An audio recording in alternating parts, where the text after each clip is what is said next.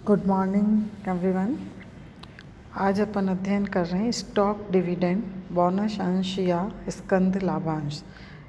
Types of dividends अपन ने देखा, उन्हीं में से एक प्रकार बोनस अंश या स्कंद अंश भी था।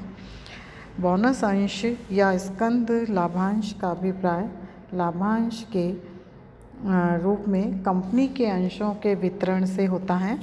ऐसी स्थिति में कंपनी नगद में लाभांश वितरित न करके अंशों में लाभांश वितरित करती हैं।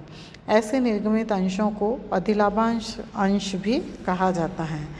बोनस अंश साधारणतया कंपनी अपनी नगद स्थिति अच्छी न होने पर या नगद कोषों की कंपनी में आवश्यकता होने पर निर्गमित करती हैं। इससे एक और कंपनी की नगद स्थिति पर कोई प्रभाव नहीं पड़ता है और दूसरी ओर अंशधारी भी अंशों के रूप में लाभांश पाकर संतुष्ट हो जाते हैं। बोनस अंश निर्गमित करने के लिए संचित कोषों में से बोनस अंशों के बराबर राशि अंश पूंजी खाते में हस्तांतरित कर दी जाती हैं तथा बोनस अंश के हकदार अंशधारियों को बदले में आनुपातिक रूप में अंश प्रमाण पत्र निर्गमित कर दिए जाते हैं। तो इस प्रक्रिया को लाभों का पूंजीकरण, कैपिटलाइजेशन ऑफ प्रॉफिट्स भी कहते हैं, क्योंकि बोनस अंश निर्गमन में लाभों को पूंजी में परिवर्तित कर दिया जाता है। बोनस अंश निर्गमन के निम्न 3 प्रभाव होंगे। निर्गमित अंशों की संख्या में वृद्धि हो जाती है। उदाहरण के लिए माना कि पहले कंपनी में 5000 अंश थे और अब कंपनी 5:1 के अनुपात में बोनस अंश निर्गमित करती हैं। अतः बोनस अंश निर्गमन के पश्चात अंशों की कुल संख्या कितनी हुई? 5000 प्लस 1000 = 6000। फिर स्वामी पूंजी की राशि पर इसका कोई प्रभाव नहीं पड़ता। इसकी राशि वही रहती है जो निर्गमन से पहले थी। माना कि कंपनी के पास 5000 अंश 100 रुपये वाले हैं तथा 2 लाख रुपए का संचित कोष है। अतः स्वामी पूंजी की राशि 5 लाख प्लस 2 लाख रुपए संचित कोष = 7 लाख रुपए हुई। 5000 अंशों पर 1000 नए अंश निर्गमित किए गए। अतः नए अंश भी 1000 × 100 रुपये के थे, तो वो कितने के हो गए? 1 लाख रुपए के निर्गमित किए गए। ये 1 लाख रुपए संचित कोषों से अंश पूंजी खाते में हस्तांतरित हो जाएंगे और इस प्रकार अंश पूंजी 6 लाख रुपए की तथा संचित कोष 1 लाख रुपए के रह जाएंगे। और ये स्वामी पूंजी की जो राशि है वो 6 लाख प्लस 1 लाख संचित कोष = 7 लाख रुपए ही रहेगी। तो इस प्रकार से जो स्वामी की पूंजी थी 5 लाख प्लस 2 लाख रुपए, तो वो 7 लाख रुपए ही वापस अंश पूंजी जो ये लाभांश वितरित किया गया, तो उसके बाद भी इसका कोई असर नहीं होगा और स्वामी की पूंजी उतनी की उतनी बनी रहेगी। थर्ड, प्रति अंश आय बोनस अंश निर्गमन के अनुपात में गिर जाती हैं। जैसे पहले यदि प्रति अंश आय 10 रुपये होती थी, तो अब 10 × 5/6 यानी 8.33 रुपये की ही प्रति अंश रह जाएगी, क्योंकि 10 रुपये प्रति अंश के हिसाब से पहले 5000 अंशों पर कुल लाभ 50,000 रुपये का होता था। अब इस 50,000 रुपये के लाभ का विभाजन 6000 अंशों में होगा। तो अतः प्रति अंश आय क्या है? 50,000/6000 = 8.33 रुपये प्रति अंश ही होगी। तो बोनस अंश निर्गमन से प्रति अंश लाभांश व अंशों के बाजार मूल्य में गिरावट की संभावना रहती है। यह आवश्यक नहीं है कि प्रति अंश आय या प्रति अंश लाभांश तथा अंशों के बाजार मूल्य में समान अनुपात में कमी हो। अधिलाभांश अंश निर्गमन या स्कंद लाभांश के लाभ। स्कंद लाभांश एक तरफ कंपनी की लाभांश नीति को प्रभावित करता है तथा दूसरी तरफ अंशधारियों को। स्कंद लाभांश के महत्व का अध्ययन अंशधारियों व कंपनी के दृष्टिकोण से अलग अलग किया जा सकता है। कंपनी को इससे क्या लाभ होता है? Advantage to company. स्कंद लाभांश स्टॉक डिविडेंड से कंपनी को निम्न वर्णित लाभ प्राप्त होते हैं। उचित तरल स्थिति बनाए रखने में सहायक, helpful in maintaining proper liquid position. यदि किसी संस्था की तरल अथवा नगद स्थिति डावाडोल है तो उसे नगद लाभांश नहीं देना चाहिए, बल्कि स्कंद लाभांश देकर वह नगद स्थिति को बिगड़ने से बचा सकती है तथा अपने अंशधारियों को भी संतुष्ट कर सकती है, क्योंकि नए अंश निर्गमित करने पर कंपनी जब ये अंश अपने शेयर होल्डर्स को देगी तो शेयर होल्डर्स को भी नए अंश यानी बिना किसी भुगतान के अंश प्राप्त हो जाएंगे और कंपनी को उसके प्रतिफल में पूंजी की प्राप्ति हो जाती है। अपने लाभांश की दर को कम करने के लिए टू रिड्यूस डिविडेंड रेट, संस्था द्वारा बहुत ऊंची दर से दिया गया लाभांश सबकी नज़रों में आता है। श्रमिक, उपभोक्ता एवं सरकार तीनों ही ऐसी लाभदायक संस्था से बहुत अधिक आशाएं करने लगते हैं। तो समय समय पर बोनस अंश देकर संस्था अपने नगद लाभांश की दर उचित सीमा के अंदर रख सकती है तथा अल्प पूंजीकरण के दोष से भी छुटकारा पा सकती हैं। इसी प्रकार से स्वामित्व का विकेंद्रीकरण, डिफ्यूजन इन ऑनरशिप, संस्था में कई सदस्य जिन्हें रुपयों की आवश्यकता होती है वे अपने बोनस अंशों को बेच देते हैं। इससे कंपनी के स्वामित्व के ढांचे में धीरे धीरे परिवर्तन होता रहता है तथा अधिक से अधिक लोगों को सदस्य बनने का अवसर मिलता रहता है।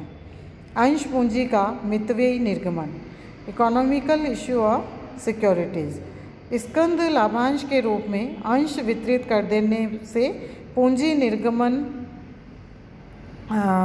के विभिन्न व्यय नहीं करने पड़ते और स्कंद लाभांश के निर्गमन में विद्यमान अंशधारियों को उनकी अंश पूंजी के अनुपात में अंश निर्गमित कर दिए जाते हैं। ऐसा करने पर कंपनी अभिगोपन व्यय तथा अन्य व्ययों की बचत कर लेते हैं। अन्य लाभ, अदर बेनिफिट्स, अधिलाभांश के माध्यम से संस्था लाभों का पूंजीकरण कर लेती हैं जो वित्त पोषण के लिए सर्वश्रेष्ठ साधन है। अधिलाभांश निर्गमन से संस्था की अंश पूंजी भी बढ़ जाती है और साथ ही साथ समता अंश पूंजी के माध्यम से किया जाने वाला नियंत्रण भी पूर्ववत बना रहता है। अंशधारियों को लाभ, ये कंपनी को लाभ थे। Advantage of to shareholders, स्कंद लाभांश से अंशधारियों को निम्नांकित लाभ प्राप्त होते हैं। कर में बचत, टैक्स सेविंग, नगद लाभांश की अपेक्षाकृत स्कंद लाभांश की स्थिति में अंशधारियों को आयकर में छूट मिलती है और इस प्रकार अंशधारी स्कंद लाभांश के माध्यम से करों में बचत का लाभ प्राप्त कर लेते हैं। अदर बेनिफिट्स, इसमें स्कंद लाभांश से सदस्यों को भी लाभ होता है। कंपनी की अंश पूंजी में उनका हिस्सा बढ़ जाता है। यद्यपि उसका अनुपात पहले जैसा ही बना रहता है, उन्हें आने वाले वर्षों में अधिक अंशों पर अधिक आय मिलने की आशा बंधती हैं। जो संस्थाएं अधिलाभांश अंश निर्गमन करती हैं उनके अंशों का बाजार मूल्य भी बढ़ जाता है। इस प्रकार अंशधारियों को पूंजीगत लाभ प्राप्त होता है। अधिलाभांश या स्कंद लाभांश की हानियाँ। स्कंद लाभांश से संस्था को अग्रलिखित हानियाँ होती हैं, जिसमें सभी प्रकार के अंशधारी इन्हें लेना पसंद नहीं करते। कुछ अंशधारी जो अपनी आय के लिए केवल औद्योगिक प्रगति में किए गए विनियोग पर मिलने वाले प्रतिफल पर ही निर्भर करते हैं, वे स्कंद लाभांश लेना पसंद न करके नगद लाभांश लेना पसंद करते हैं। संस्था के लिए भी भविष्य में लाभांश संबंधी दायित्व बढ़ जाता है। यदि संस्था की आय इतनी बड़ी है कि वह बढ़ी हुई अंश पूंजी पर लाभांश समुचित दर से बांटने में समर्थ हो सके तब तो ठीक है, अन्यथा उसकी ख्याति व अंशों का बाजार मूल्य दोनों ही गिर जाते हैं। परिणाम स्वरूप नए अंशों को जारी कर पूंजी उपलब्ध करने में प्रबंध को अनेक कठिनाइयों का सामना करना पड़ सकता है। अतः स्कंद लाभांश उन्हीं संस्थाओं द्वारा वितरित किया जाना चाहिए जो भविष्य में अधिक आय की आशा रखती हैं, अन्यथा बढ़ी हुई अंश पूंजी पर लाभांश की दर गिर जाने से अंशधारियों को मनोवैज्ञानिक असंतोष हो सकता है। प्राय असंतुष्ट अंशधारी इन अतिरिक्त अंशों को बाजार में बेचकर नगद धन प्राप्त कर सकते हैं, लेकिन इसमें दो कमियां हैं। पहली, अधिलाभांश अंशों के निर्गमन की घोषणा तथा बोनस कूपनों को जारी करने में काफ़ी समय का अंतर हो जाता है, और दूसरा, यदि कोई अंशधारी अपने अंशों का विक्रय कर देता है तो इससे कंपनी में उसके हित अनुपात तथा कंपनी के स्वामित्व ढांचे में परिवर्तन हो जाता है। यदि पूंजी संरचना पर ध्यान करके स्कंद लाभांश वितरित नहीं किया गया है तो कंपनी अति पूंजीकृत भी हो सकते हैं। तो ये इसके कुछ लॉस भी हैं, इसकी हानियों का सामना भी करना पड़ सकता है। बोनस अंश निर्गमन के संबंध में सेबी के कुछ दिशा निर्देश दिए गए हैं। सन 2000 में सेबी द्वारा बोनस अंशों के निर्गमन के संबंध में निम्न संशोधित दिशा निर्देश जारी किए गए हैं। ये दिशा निर्देश विद्यमान सूचीबद्ध कंपनियों पर ही लागू होंगे। बोनस अंशों का निर्गमन कंपनी द्वारा सार्वजनिक अधिकार निर्गमन से 12 माह की अवधि में नहीं किया जा सकता है।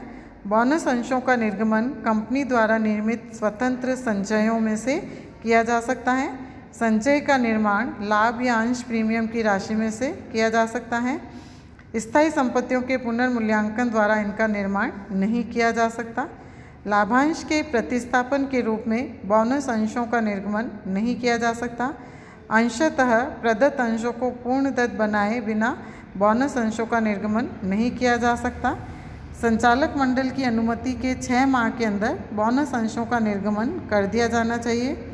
बोनस अंश निर्गमन के संबंध में कंपनी की अंतर्नियमों में प्रावधान होना चाहिए।